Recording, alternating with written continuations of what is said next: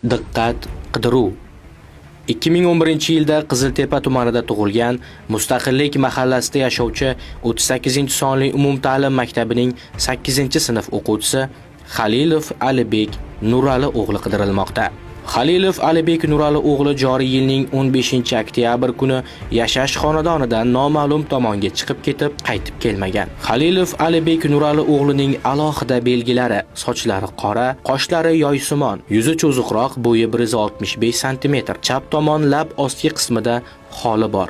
Ozg'indan kelgan. Egnida qora rangli jinsi kostyum, yashil rangli erkaklar futbolkasi, qora shim va krossovka hamda maktab sumkasi bo'lgan. Halilov Alibek Nurali o'g'lini ko'rganlar yoki biror bir ma'lumotga ega bo'lgan fuqarolar 102 qisqa raqamiga yoki Qiziltepa tumani ichki ishlar bo'limining quyidagi telefon raqamlariga qo'ng'iroq qilishlari so'raladi va berilgan ma'lumotlar sir saqlanishi kafolatlanadi.